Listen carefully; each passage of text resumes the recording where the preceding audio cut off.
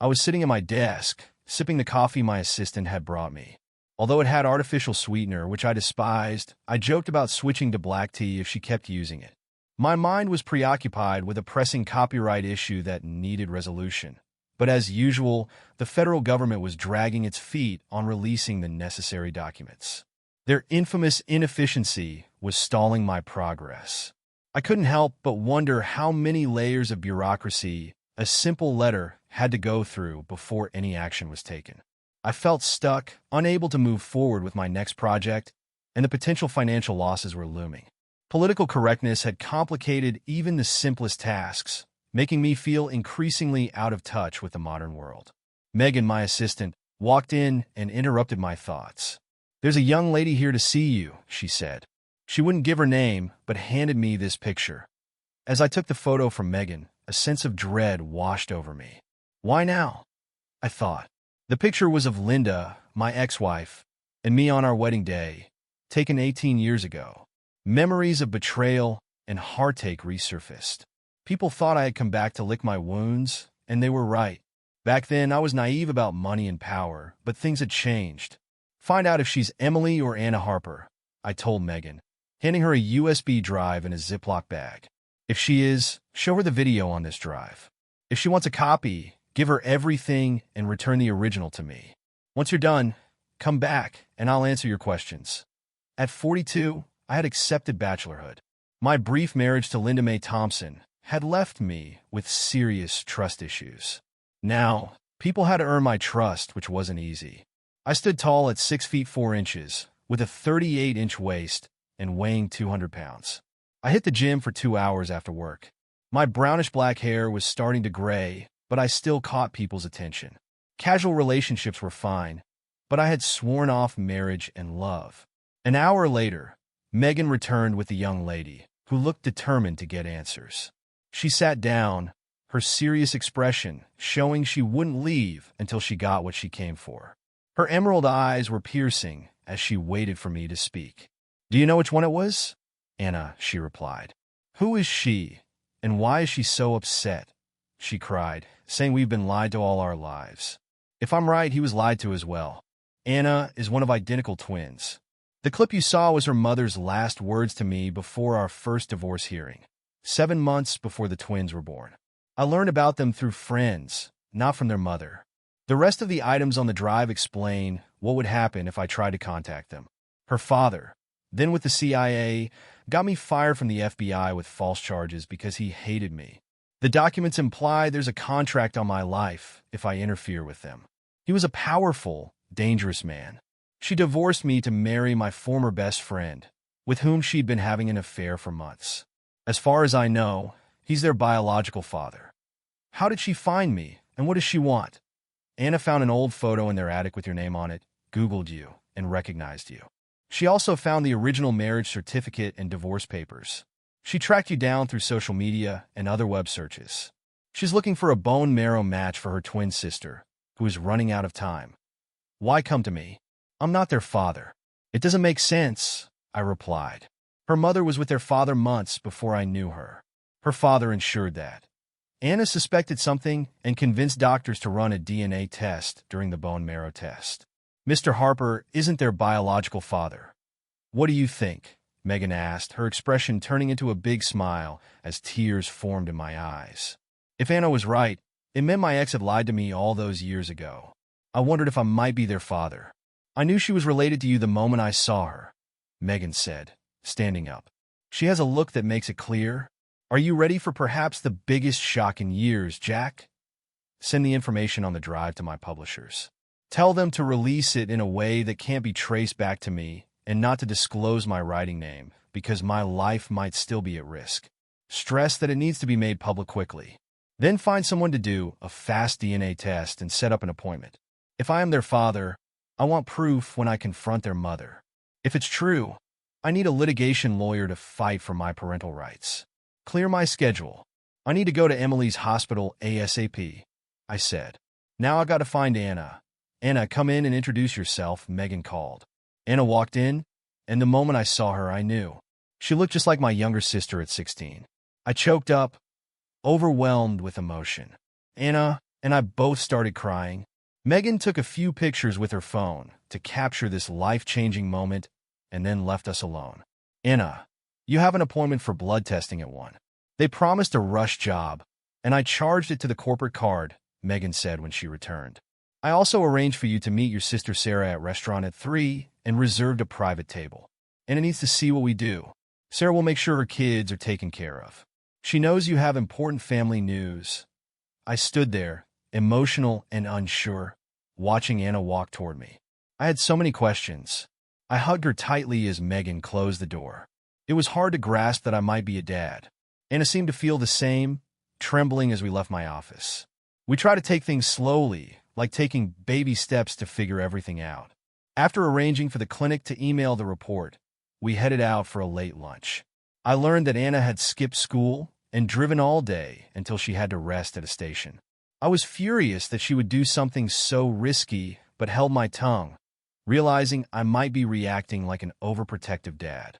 It also reminded me of something I would have done at her age. When we arrived at restaurant, I noticed Sarah's car. I know we're here to meet your sister, but why did Megan set this up without talking to you first? Anna asked. You're about to see what Megan and I saw when we first met you, I replied. It will explain why we believe you and Emily are my daughters and why I was shocked when the test came back positive. Can I call you Dad? Anna asked. I laughed and smiled. I'd love that. Sells was a family restaurant, a step up from Red Lobster, with an excellent reputation. The owner and hostess led us to our private booth immediately. I ordered a bottle of champagne and extra tissues. Sarah had her back to us, so I asked Anna to wait while I approached. Hi, sis. Thanks for meeting me, I said. Sarah looked up and said, You look happy. What's going on? Sarah, stand up. There's someone I want you to meet, I said as Anna approached. This is Linda's daughter, Anna. Sarah turned and stared, looking like she saw a younger version of herself. They had similar features. Long brunette hair, high cheekbones, small ears, light blue eyes, and warm smiles. Oh my God, Sarah exclaimed. Mark, you should have warned me. This is unbelievable. How long have you known about her? About 5 hours, Anna said emotionally. I surprised him at his office. Megan and Dad knew immediately. Seeing you, I understand why. The server returned with tissues and understood why we needed privacy. Sarah, between tears, explained 3 more people would join us, so the hostess moved us to a larger table.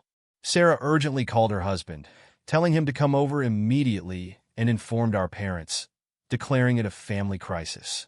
Mom, worried, asked what was happening, but Sarah said she couldn't explain over the phone. Emotions were running high. Then a message from Megan arrived, stating the publisher had released the news and it would be on the 6 o'clock broadcast. We were just starting to relax with our first glass of champagne when Sarah's husband and my parents walked in. My dad's booming voice made me laugh as he said, There better be a good reason for this. Sarah and I stood to greet them. Mom, Dad, Mike, I'd like you to meet Linda's daughter, Anna Harper, Sarah announced with pride. My mother immediately recognized the resemblance, and her face lit up with pride. She had always wanted a granddaughter. My dad was taken aback, momentarily speechless. When he finally found his voice, he said, I can see the resemblance, but it's still a shock. My mom, too emotional to speak, sat beside Anna, holding her hand tightly. My dad, brimming with pride, ordered 2 more bottles of champagne. Once our glasses were refilled, I stood up. I need to explain, I said as Anna started recording with my phone. I told them how we had met and recounted the day's events. My dad then stood up. Anna, we don't need a DNA test to recognize what's obvious. Welcome to our family. You have 2 more aunts who are excited to meet you. Promise us you'll always consider this family your home. Anna took the phone and said, I came here looking for the truth, unsure of what I would find. Today has changed everything for Dad and me. We had no idea until now. Meeting Aunt Sarah showed me what unconditional love really is. My twin sister Emily will be overjoyed. As I glanced around the table, everyone was visibly moved. Even my father, who never showed much emotion, had tears in his eyes. My mom, holding up 2 fingers, cried louder. I captured everyone's happy tears before stopping the recording. Anna added her and her sister's contact information to my phone and texted Emily, showing me the video she sent. Anna's message read, "If what we believe is true, the DNA test will confirm it. Watch the 6 o'clock news. Love, your twin." My mother, still in disbelief, asked for more proof. Anna showed her photos of herself and Emily. My mom insisted on getting copies for her laptop and displayed them on the screen for everyone to see. Anna then turned off her phone and put it back in her purse, making me realize no one knew her whereabouts. My phone rang. It was Emily. I stood up and moved to a quieter area to answer. My dad noticed my tears and gave me a questioning look. Anna mouthed, "It's my sister." My dad nodded understandingly, and I took the call. "Hello, this is Emily. After seeing the video, I had to call. She won't be home until at least 7 o'clock because she's stopping by the police station for an update on Anna." I'm pretending to know nothing. "The police were here earlier and left their card. What should I do?" "Get him to watch the 6 o'clock news and pay close attention to what's revealed about me. Tell him you'll talk when your parents aren't around and show him the video. Give him my number and ask him to text first before calling. He'll understand after watching the news," I advised. "Once we have the DNA proof, Anna and I might bring the whole family." "What do you mean?" Emily asked. After explaining Anna's efforts, I said, "The family will spread the word. I don't know how many will come, but those who can will." "Why?" she asked. "Because in the Patterson family, blood is thicker than water. If I'm not a match, someone else might be." "Just like that?" Emily asked skeptically. "No doubt. You'll see," I said with a chuckle. "We may be strangers now, but that won't last." We talked a bit more before saying goodbye, and she replied with relieved sobs. After ordering dinner, I explained to the family why Anna was here. Immediately, cell phones started buzzing as everyone spread the word and gathered potential matches. My mother took charge of organizing everything. "Anna, how did you get here?" my father asked. "I drove my old 1994 Voyager van. It's barely holding together," she laughed. "It's in Dad's parking lot. Take that van to my dealership in the morning. She's not driving back in that." "It's a miracle she made it here," my dad said firmly. "At her age, you had just as much sense as she does. She's determined." "What do you plan to give her?" I asked. "She can pick out a new one," he replied with a wink and a smile. "If I could choose, it would be a 4x4. I love the outdoors," Anna said. My dad responded with a big grin. "That's perfect. We all love the outdoors. If the weather allowed, we were always fishing, camping, or hunting." He began reminiscing about the summer I learned to water ski and barefoot, sharing many stories like he was holding court. Both my parents insisted Anna stay with them for the night, agreeing it wouldn't look right for us to be alone. After dinner, Dad drove them to her van and then brought it home. My mother was ecstatic, already planning how to spoil her new granddaughter. Dad ended up waiting until 1 a.m. for them to get home. Around 10 p.m., the police investigator called me. It took him 2 hours to complete a background check on me. The media was buzzing with questions about the information I released. We discussed the situation and related issues. Seeing the 3 generations in the video had answered many of his questions. I told him we were expediting DNA tests to confirm our relationship and that Anna was with my parents. Once confirmed, we would return to see if I could be a match for Emily. I asked him to buy us some time and promised to keep him updated on our progress. Emily later told me he reported back to her about our conversation. I was confronting my past again, but with a new outlook. This time, I wouldn't be intimidated by my ex-wife's family's power and money. I would leverage the media, the courts, and the truth to my advantage. I had the resources, the proof, and a growing determination. I didn't seek revenge, just justice through the truth. I was ready to take on 4 people and the federal government. The next morning, I was in my office, ensuring any schedule changes wouldn't affect me much and setting up tasks for Megan while I was away. Megan kept checking the email accounts like an overprotective mother, questioning me about my day and extracting all the details she could. To be honest, I never tired of looking at Megan Taylor. In her youth, she must have been every teenage boy's dream. Her naturally styled brown hair accentuated her soft features, and her piercing emerald green eyes and full lips were still captivating. As a single man, I often admired her, but was thankful she never caught me looking. Finally, she received the DNA test results, printed them, and exclaimed, "It's confirmed. You are her father." Megan immediately called the lab to send the information to Emily's specialist and began searching for the toughest litigation lawyer in New York. After vetting a few, she selected the best and arranged a Skype chat. The lawyer agreed to work on a percentage basis, confident it was a slam dunk.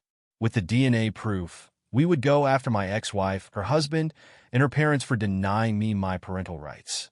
The restrictive court order against me would be overturned, proving their deliberate actions. The supposed contract on my life, even if not factual, would demonstrate their attempts to intimidate and control. The lawyer saw the potential for a significant case, even before involving the government.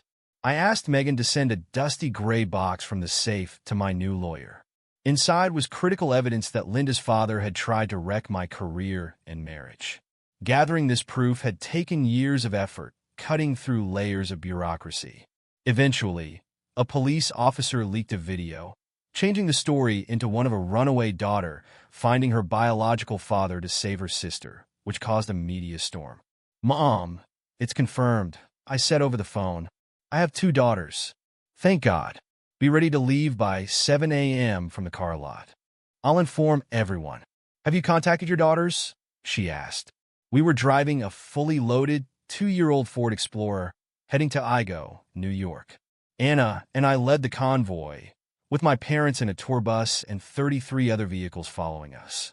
Just as we were on the move, my phone rang. Anna answered and put it on speaker. "CNN is tracking you," Emily informed us after exchanging greetings. "There's a tour bus with a sign that says the Roberts are coming. 1 out of 141 should be a match. We have the DNA test confirming he's our father." "I'm driving a new 2-year-old Ford Explorer," Anna responded. "Dad said if it was verified, a lot of family would come, but I never anticipated this," Emily said. "It's given me hope I never imagined. I can't remember feeling this good."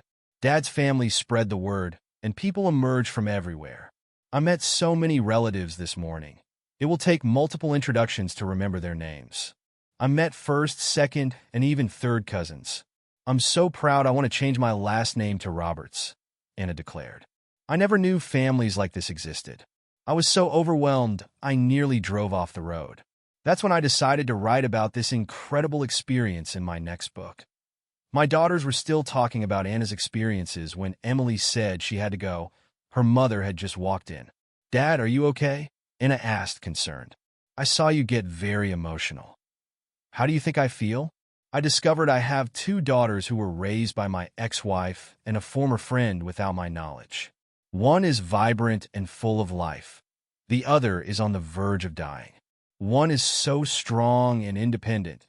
She moves mountains without a second thought, just like I would. And she wants to take my name.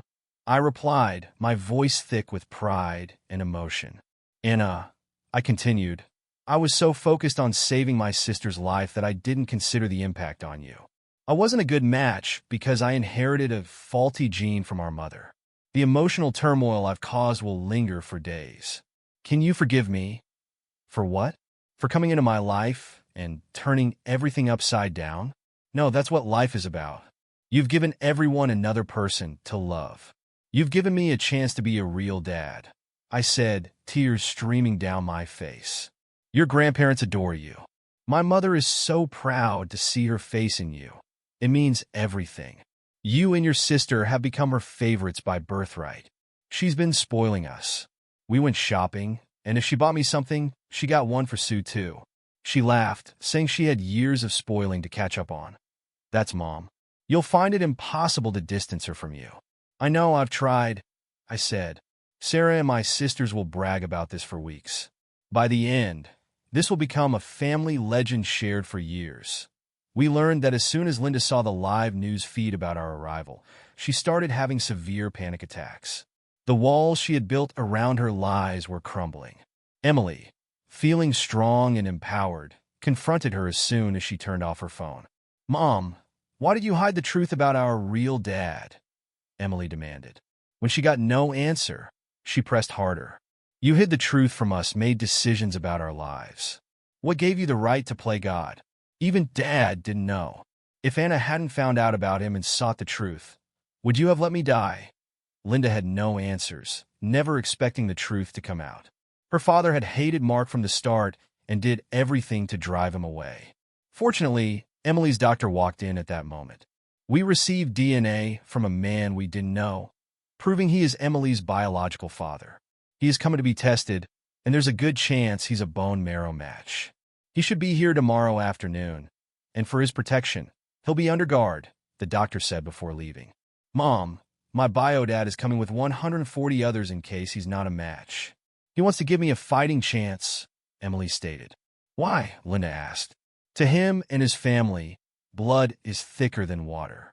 Though I'm a stranger to them, I am family, and family comes first, she replied. You had to know we look like our real dad's mother.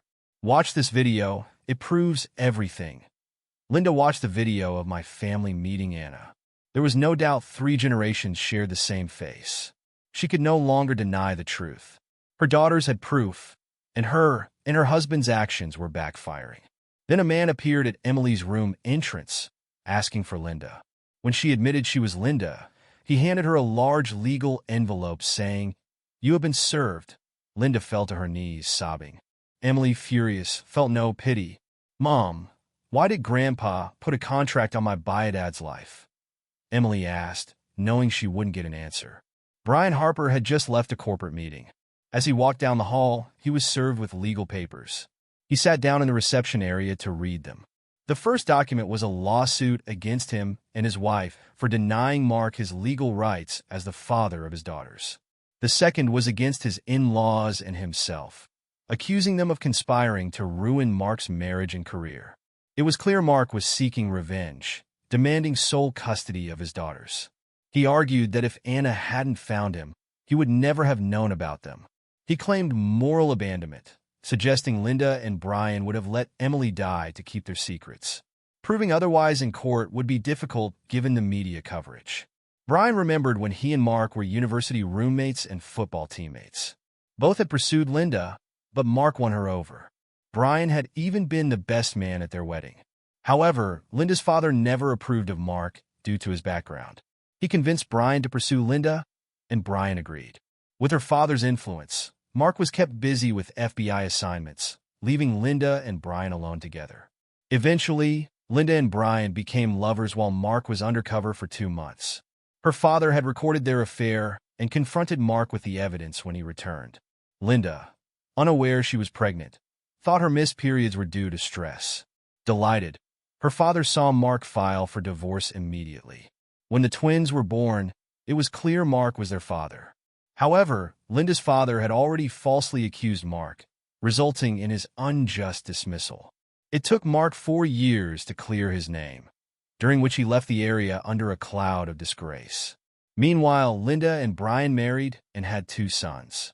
The unedited tapes would later reveal the conspiracy between Linda's father and Brian to undermine the marriage. Brian pondered how Linda would react when this truth came to light. Anna and I arrived at our final stop of the night around 9 p.m., utterly exhausted after a 14-hour drive. We ordered a light meal to our rooms and fell asleep quickly, only to wake at 5 a.m. to the wake-up call. Anna and I departed early. I had a clandestine meeting scheduled with a police officer and an FBI representative. The rest of our group left at 7 a.m. for the 6-hour drive. Anna dropped me off at the Igo Police Department, where I met Detective Thomas Grant and FBI agent Ryan Davis. We discussed Linda's father's interrogation for over an hour and a half.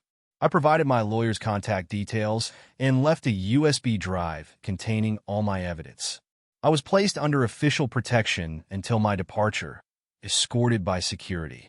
At the hospital, I underwent a blood draw to determine my eligibility as a bone marrow donor. As I approached Emily's private room, I overheard Anna and Emily in conversation. The hospital staff recognized me as the author, and I signed a book for one of the nurses. Walking into Emily's room, Anna exclaimed in surprise that Emily looked frail, her skin loose, reflecting her nearing end-of-life stage. Despite this, her smile was broad, eyes bright with hope. Emily, they're rushing the tests. Results should be in within 30 minutes. The rest of the family is checking into their hotels. My parents are currently having their bone marrow drawn, and will meet you soon. If there's more than one match, the doctor plans for a simultaneous double transplant in both arms. I explained, trying to maintain composure. Emily broke down in tears, and I sat on the edge of her bed, comforting her until she calmed. Anna captured a poignant photo of us both in tears of joy and relief. She was beaming with pride, rightfully so. I realized the immense effort she had put forth, and I was overwhelmed seeing my two daughters together for the first time. "Grandma, Grandpa, come meet my sister," Anna announced excitedly. The five of us engaged in conversation for over an hour until Emily's doctor entered. Smiling, "My mother and I are perfect matches for Emily," I announced. Dr. Proctor asked if we were prepared for surgery check-in at 6 a.m. the next day. Both my dad and I agreed, whispering, "Thank God." We prayed for a miracle all the way up. "Don't you need my parents' permission?" Emily asked. "Normally, yes. However, we received a court order this morning, thanks to Mr. Roberts, allowing us to proceed if he or a relative is a match. The judge believed that your mother and her husband weren't prioritizing your needs. Mr. Roberts will cover all non-insurance costs," Dr. Proctor explained. Anna smiled. "I'm not surprised, sis. With what Mama and Brian did, Dad had no choice but to use the courts to prevent delays." A security guard then alerted us that we were about to be featured on national news. Emily switched the TV to CNN, revealing my identity as the author of a popular book series worth an estimated $40 million. Anna, Emily, and the doctor were astonished, while my parents looked at me in shock. They had no idea. They thought I was merely an independent corporate financial advisor. "My God, Dad," Emily exclaimed, "that I've read all your books. They're fantastic." I chuckled. After my former life was shattered, I had to reinvent myself. Writing became my therapy. The success of my first book was a turning point, and it only grew from there. I keep my books current, exposing raw truths about world events, societal views, and morals, whether people like it or not. For the first time in 15 years, I checked into a hospital alongside my mom. My new daughter wanted to share a room with me, but hospital security wouldn't allow it. Anna spent the evening running between 3 different rooms. My dad called relatives to update them. Linda and Brian arrived after work, greeted with coldness. Emily informed them she was being prepped for surgery, set to receive a double bone marrow transplant the next morning due to a court order. "How?" Linda asked. "Mom, my bio dad and his mother are perfect matches. Both are donating so I can recover fully," Emily calmly explained. "Mom, do you know who John Whitaker is? He's your favorite author." "Well, John Whitaker is a pen name for Mark Evan Thompson, my bio dad." Emily dropped the bombshell. Linda and Brian turned pale. They had hoped the court case would quietly disappear. But Mark's net worth proved he wasn't after money. He sought justice. Mark had always believed in law and order, which had made him a successful agent until his termination. "Mom, did you know your father has been in FBI custody all day? You might want to check with Grandma to see if he's home. Can you explain why this is happening?" Emily demanded with a smile. Anna was somewhere in the hospital, either in Dad's room or Grandma Patterson's, if Linda and Brian wanted to see her. Anna and I were in my hospital room discussing how she would handle her mother when Linda found her.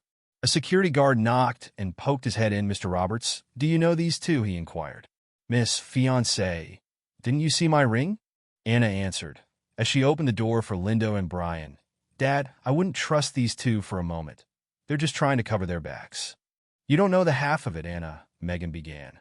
"Your dad's lawyer has video evidence showing your stepfather receiving a check from your grandfather as payment to break up your parents' marriage. If successful, he would manage your grandparents' finances for a 3% annual fee." "How do you know this is true?" Linda demanded. "And who are you?" "Mom, she's Dad's fiancée and a skilled researcher. Her name is Megan Taylor, and I trust her more than you," Anna asserted firmly. Linda's face drained of color.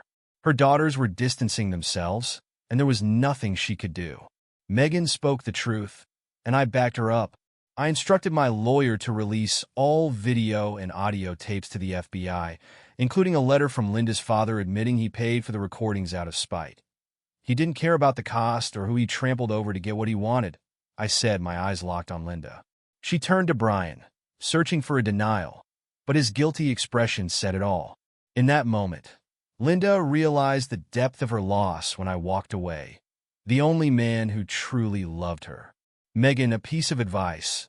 Don't let anyone manipulate you like I did, Linda said. Then, turning to me, she added, Mark, I need to talk to you alone after the surgery. Right now, I have to go home and think. Anna, will you walk me to my car? Anna nodded. I'll be back soon. Mom and I need to discuss a few things. Megan, stay with Dad until I return. We watched them leave. Linda held it together until she was out of sight, then broke down in tears. Both Megan and I understood that she had just realized the full extent of what had been done. Brian, who had always lived a privileged life, was paralyzed by fear. The truth had surfaced, shattering their lives. Linda would never trust him again. Mark, I dreaded this day. I never thought you'd return. If we had met by chance, I could have ignored it, Brian said. I never saw this coming. It's best I leave and say nothing more. He left, leaving us in silence. I turned to Megan, seeing her blush for the first time as I looked at her with genuine affection. I was finally opening myself up.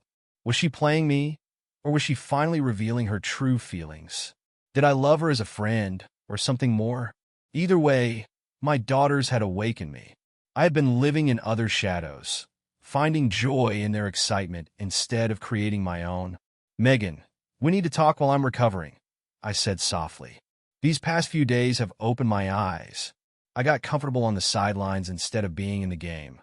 Mark, when I got divorced, you stepped in. My kids were still young, and you've been more of a dad to them than their biological father. From baseball games to father-daughter dances, you were always there. I know why you pay me more than the going rate. You want to ensure the kids in your heart are well cared for, Megan said. On their birthdays, you always went all out, making them the envy of their friends. During summer breaks, you took us on special trips, creating lifelong memories. You answer their questions like a father should. They love you, and you love them. Your only problem is your fear of commitment. I tried to speak but couldn't. Megan was right, and her words hit me hard. So did Anna's. I walked over to Megan and sat beside her, taking her hand and looking into her eyes, gathering my thoughts. Linda betrayed me. Her father intimidated me, and my best friend deceived me. I lived with constant threats. I put myself in protection mode until a few days ago.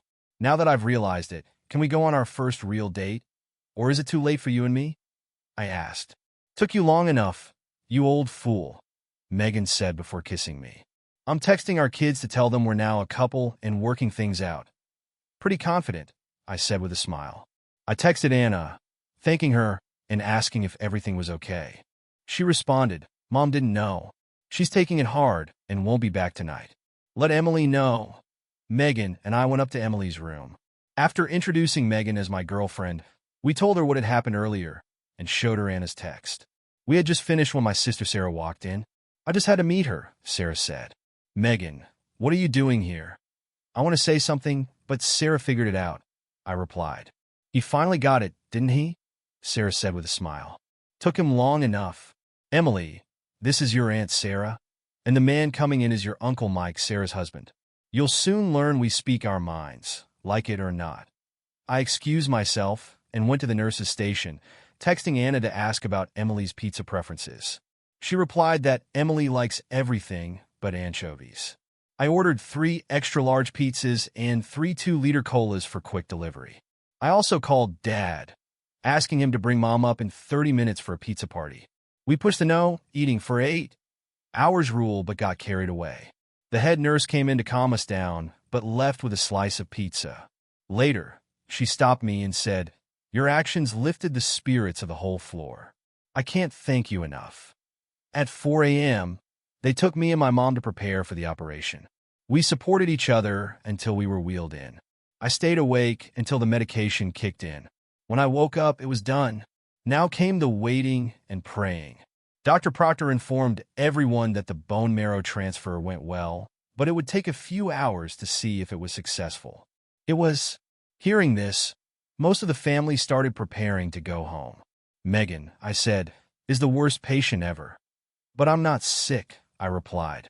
You're like a bull in a china shop, impatient, unruly, and miserable. Keep it up, and you'll get a bad reputation, Megan told me. Megan said my mother was doing well.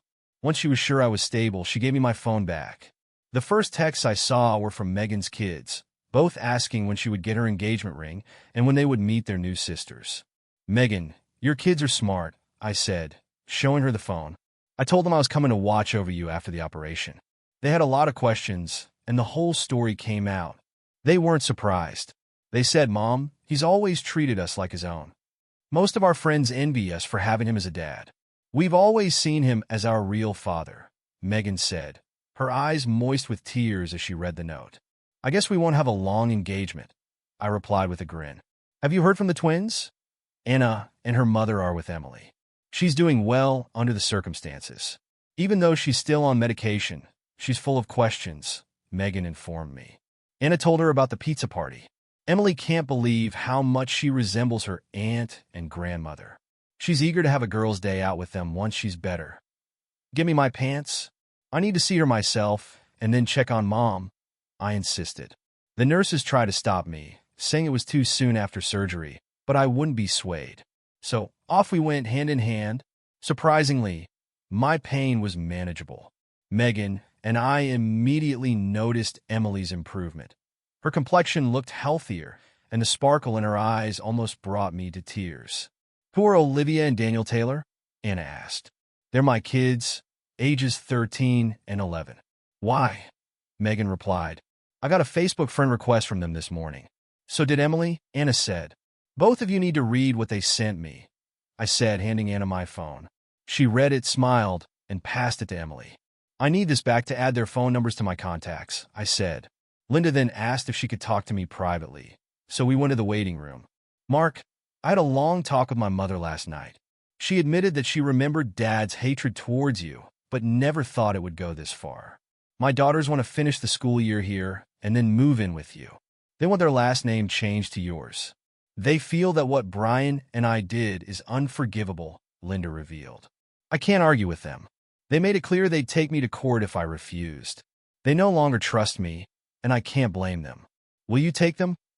You know my family wouldn't let me say no, no matter how I felt. I will gladly take them, and so will Megan.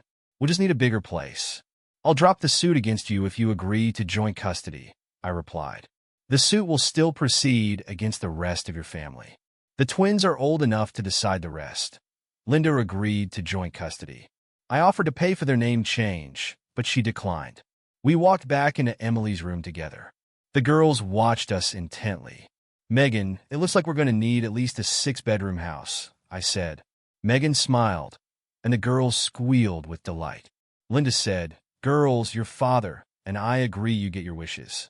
If Megan agrees, I'll call the lawyer tomorrow to start the legal process for your name change. Mark, Megan asked, are you ready for this? A house full of teenagers? No one's ever truly ready, but we adapt. I'm just getting used to the idea of 2 carrying my name, I said. Make that 4. Olivia and Tim want you to adopt them. They're already signing their names as Roberts, Megan said. Call James Baker's firm to start the paperwork. Then text the kids to let them know our plans. We need to find out which areas have the best schools so we know where to look for a new home, I suggested. Anna picked up her phone, opened her contacts, and made a call on speaker. Hello, Olivia said. Who is this? This is Anna, your soon-to-be older sister. Is Daniel with you? Anna explained. Prove it. I can't just take your word for it, Olivia said. Dad taught us not to take calls or messages from unknown sources without proof. Seriously, is this a scam? Olivia, Mark and I are getting married, Megan said. You're talking to Mark's daughter, Anna. We're all going to be Roberts. Emily and I are changing our last names, and your dad and I have started the process for him to adopt you and change your name to Roberts too, Anna added. Awesome. Tell Dad it's about time. How is Emily? Daniel replied. We've been waiting to hear. Megan and I exchanged a look, witnessing the first conversation of our blended family. She squeezed my hand in support. I'm getting better, Emily said. So far, so good.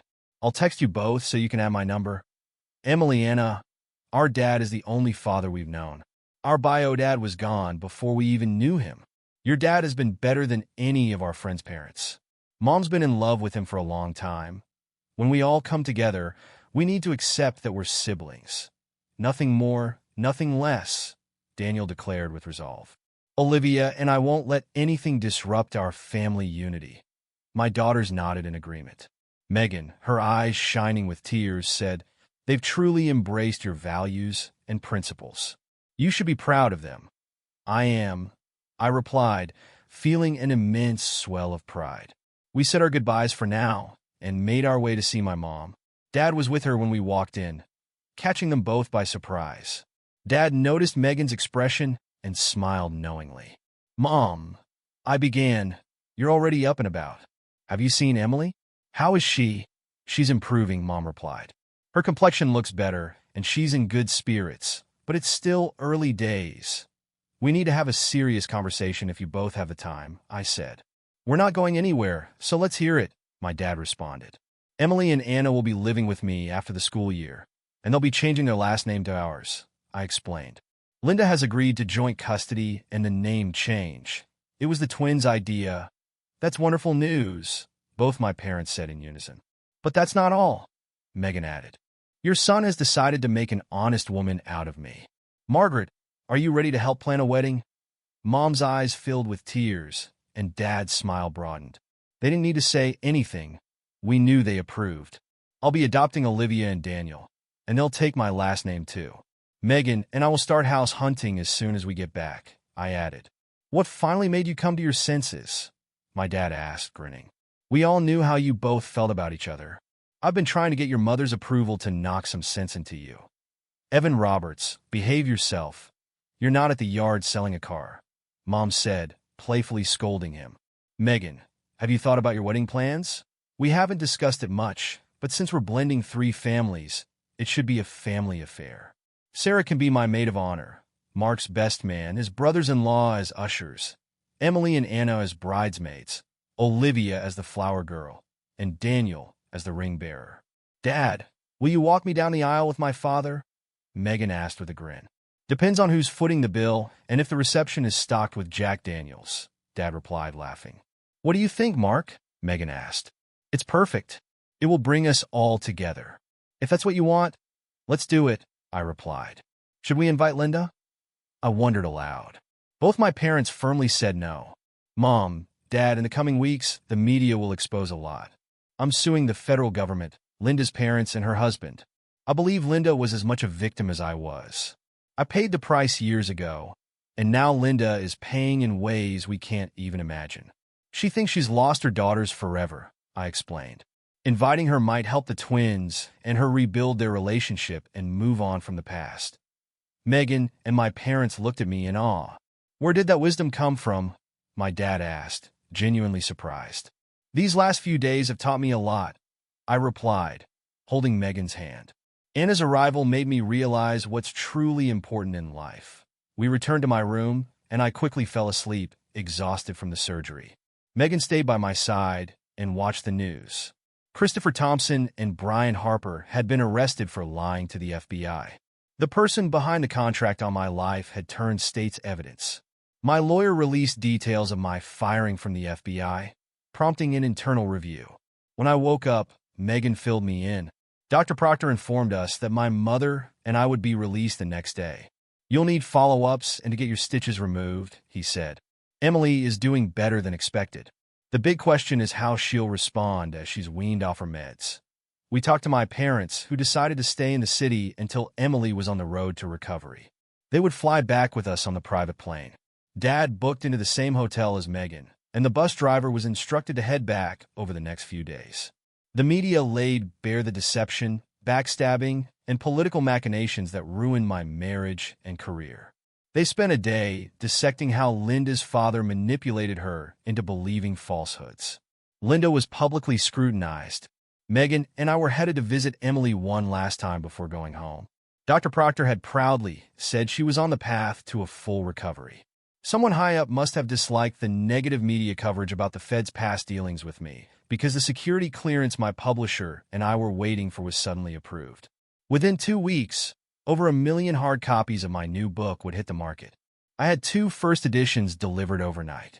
After signing them, Megan wrapped them up, and we hid them in a shopping bag. We made sure Anna would be there when we visited Emily. Your dad and I have set the wedding date for the first weekend in August, Megan announced with a smile. Aunt Sarah will be my maid of honor. I was wondering if you two would be my bridesmaids. Emily's eyes lit up. Absolutely. Megan, when I first walked into Dad's office, I was terrified. But you recognized me immediately and said, "You're Linda's daughter. How are we going to handle this?" It stunned me how you accepted me from day one. I'd be honored to be in your wedding, and I'd love to call you Mom. The three of them hugged, and Emily literally jumped out of bed with excitement. Once things settled down, I pulled out the gifts and handed each of them a signed first edition of my book with the inscription, "To one of the two prettiest ladies who call me Dad, with love, John Whitaker or Mark Evan Thompson." Emily was over the moon when she unwrapped it. It was my biggest book yet, over 600 pages. Her face beamed with pride, knowing it wasn't released yet. She flipped open the cover, read my note, and then burst into tears. "Dad, you've already done so much. I didn't need this," she sobbed, running into my arms. "Before you came into my life, the doctor said I only had a few days left. And I knew it too. I don't know why she went into the attic, but I'm so glad she did, because it brought us you." She hugged me tightly as Anna watched with tears in her eyes. "Dad, you should know Dr. Proctor believes if Emily had only received one transplant, it wouldn't have worked. The double transplant shocked her body into responding. In the last 6 days, she's gained 10 pounds, Anna explained. I didn't know if you would come, but you didn't hesitate. You brought a whole tribe. Thanks to the family, I'm getting my best friend back." "How's your mom holding up?" I asked, trying to lighten the mood. "She's filed for divorce and is going to therapy to deal with a lifetime of lies. She now understands what you went through and is ashamed," Emily said. "She says only someone who has experienced it can understand that it's a living hell. Her work and friends are her support. Mom is strong and will get through it. The key will be getting her to trust again. Right now, she doesn't know who or what to believe. Anna, even with family support, regaining trust can take years. It requires an unexpected act of faith. For me, it was Anna walking through my office door," I said. "Thank God you did," Megan added with a chuckle. "Mark had me thinking I'd die an old maid waiting for him. Now, girls, stand by your father so I can capture a few photos. The best one will be an 8x10 for his desk." When we stepped off the plane, we were greeted by Megan's parents and children. The kids nearly knocked me down with their excitement, which was contagious. My dad enjoyed hearing them call me Dad. I realized Daniel would have 2 older sisters and 1 younger, just like me. Olivia hugged my mom and said, "I'm so happy you're becoming my grandmother." I reflected on how quickly my life was transforming with these unexpected blessings. Megan and I decided to postpone our initial plans until after the wedding. Megan knew our needs, so I let her handle finding a new home. This gave me time to write my first fiction book. My previous works had exposed corruption and cover-ups. We stayed in touch with the twins, and Megan found a beautiful 20-acre property with an old barn that needed some TLC. Emily was improving and returned to school part-time. We hired a firm to design our dream house with steel and brick, featuring an outdoor kitchen, large patio, pool, and a 4-bay garage. With Megan reducing her office hours, I had more time to focus on writing, and with the help of an editor, I completed over 300 pages, publishing my first book under my real name. Linda used my lawyer to divorce Brian, securing alimony and covering education costs. My cases were in mediation, and the opposition had lost the will to fight. Olivia, Daniel, Megan, and I eagerly awaited the twins' arrival after their last school day. Daniel spotted them driving up our new driveway, and we all rushed outside to greet them. As they stepped out of the Explorer, I was amazed at Emily's recovery. She looked indistinguishable from Anna. Megan whispered, "We'll figure it out." Daniel, playing the protective big brother, carried their luggage while Megan proudly showed off the house.